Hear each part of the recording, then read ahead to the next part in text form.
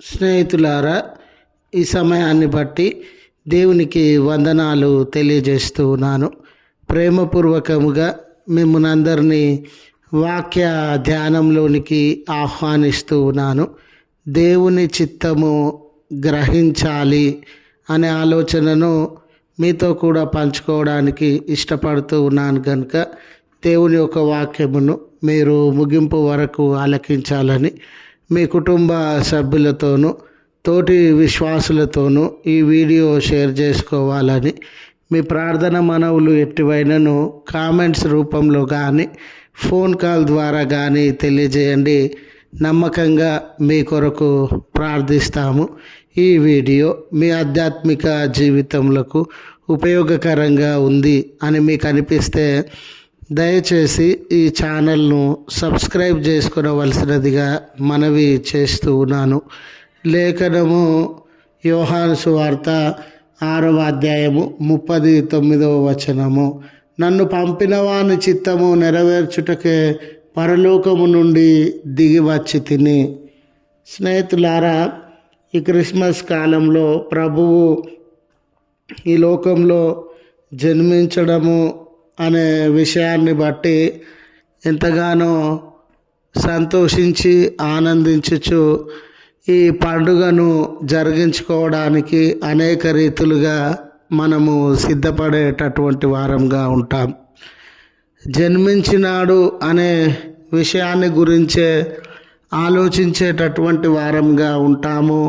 కానీ ఆయన ఎందుకు జన్మించినాడు, ఆయన జన్మించడం వలన మనకు కలిగినటువంటి ప్రయోజనము ఏమిటి, ఆయన జననమునకు మనకు ఉన్న సంబంధం ఏంటి అనే విషయాలను గురించి తక్కువగా ఆలోచించేటటువంటి వారంగా ఉంటాం. కనుక ఆయన ఎందుకు జన్మించినాడు, ఆయన జన్మించడం వలన నీకు కలిగిన ప్రయోజనము ఏంటి అనే విషయాన్ని కూడా ఆలోచించాలని మనవి చేయుచు ఉన్నాను. స్నేహితులారా, ఈ లోకంలో ప్రతి వ్యక్తి ఏదో ఒక లక్ష్యమును గురిని కలిగి జీవించేటటువంటి వాడుగా ఉంటాడు.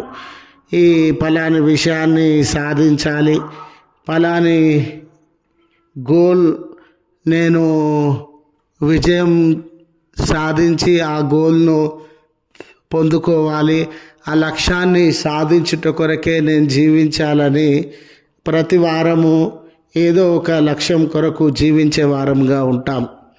ప్రయాసపడతారు, ఎన్నో శ్రమలను ఎన్నో ఇబ్బందులను అనుభవిస్తారు, ఎంతో పోరాటము చేసి వారి లక్ష్యాలను సాధించేటటువంటి వారుగా ఉంటారు.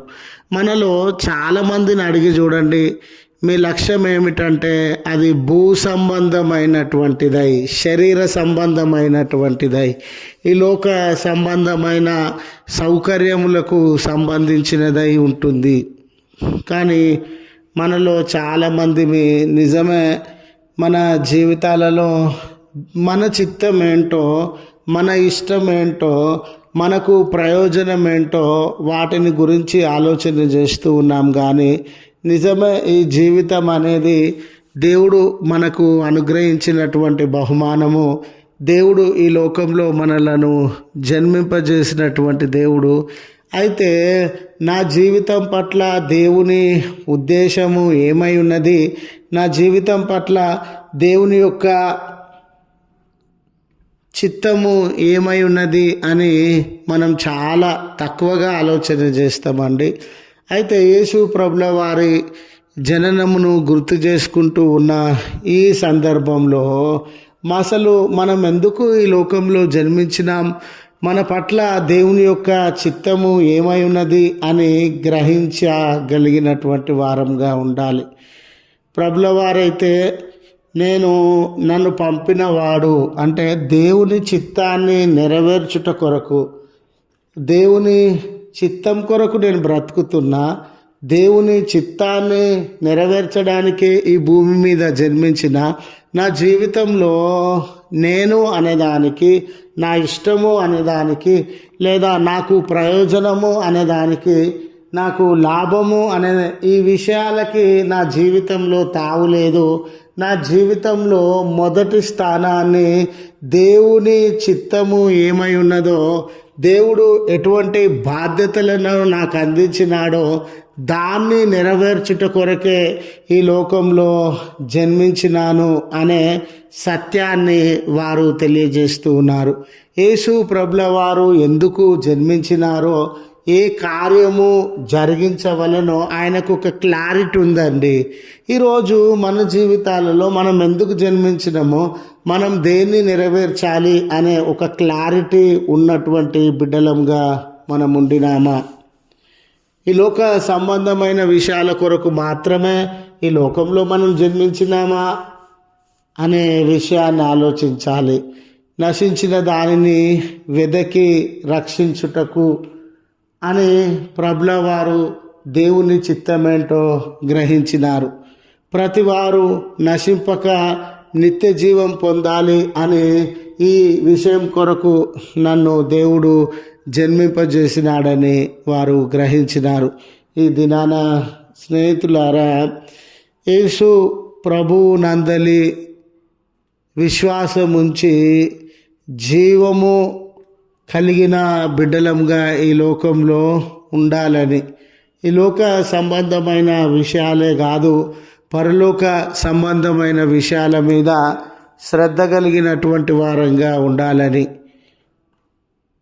ఎదుటి వారికి ప్రయోజనకరంగా, దేవునికి మహిమకరంగా మన జీవితాలు ఉండాలని, ఇటువంటి చిత్తంతో దేవుడు మనల్ని జన్మింపజేసినాడు కనుక యేసు ప్రభుల వారి జన్మ ఒక ఉద్దేశంతో ఉండిందో, మన జన్మ కూడా ఒక ఉద్దేశంతో ఉండింది. దాన్ని గ్రహించి ఆ ఉద్దేశాన్ని నెరవేర్చిన నాడే ప్రభువు మన జీవితాలను బట్టి సంతోషిస్తాడని, ఆ దినాన నిజమైన క్రిస్మస్ మనము జరిగించుకుంటామని గుర్తు చేస్తూ ఈ మాటలను ముగిస్తూ ఉన్నాను. ప్రార్థించుదము. కృపగల తండ్రి, ప్రేమగల మా దేవ, నీ పరిశుద్ధ నామమునకు వందనాలయ్యా. మహోన్నతుడవు తండ్రి, సర్వోన్నతుడవయ్యా. దేవుని చిత్తాన్ని నెరవేర్చుటకు ఈ లోకమందు జన్మించినటువంటి వాడవయ్యా. మా జీవితాలలో దేవుని చిత్తము ఏమై ఉన్నదో కనీసము ఆలోచించినటువంటి స్థితిగతుల మధ్య మేము ఉండినాం. ప్రభువా, మాలో ప్రతి ఒక్కరము నిజమే దేవుని చిత్తము నా జీవితంలో ఏమై ఉన్నది అనే ఆ స్పృహ, ఆలోచన మీ నామమున రేకెత్తించవలసినదిగా మనవి చేస్తూ ఉన్నాం. బలహీనత కలిగిన బిడ్డలు ఉండవచ్చు, అనారోగ్యం కలిగిన బిడ్డలు ఉండవచ్చు, ఆయాసములు, దుఃఖములు, శ్రమలు, బంధకాలు కలిగిన బిడ్డలు ఉండవచ్చు. అయ్యా, వారి ఇబ్బందులలో నుండి వారికి విడుదలను అనుగ్రహించి, నెమ్మది, సమాధానము మీ నామమున అనుగ్రహించి బలపరచవలసినదిగా మనవి చేస్తూ ఉన్నాం. ఈ ప్రార్థనలు ఏకీభవించుచున్న వ్యక్తులను, కుటుంబములను మీరు దర్శించండి. ప్రత్యేకించి ఈ దినాన సుదూర ప్రయాణముల కొరకు, జనన దినముల కొరకు, వివాహ వార్షికోత్సవముల కొరకు సిద్ధపడి మీ కృప అని మీకు కృతజ్ఞతలు చెల్లించుచు ఉన్న వారి వారి కుటుంబాలలో మీ హస్తములను చాచి దీవెనలతో నింపుమని క్రీస్తు పేరట వేడుకొనుచు ఉన్నాము తండ్రి. ఆమెన్. తండ్రి, కుమార, పరిశుద్ధాత్మ త్రియేక దేవుని దీవెన మనకు తోడై ఉండి మనలను కాపాడునుగాక. ఆమెన్.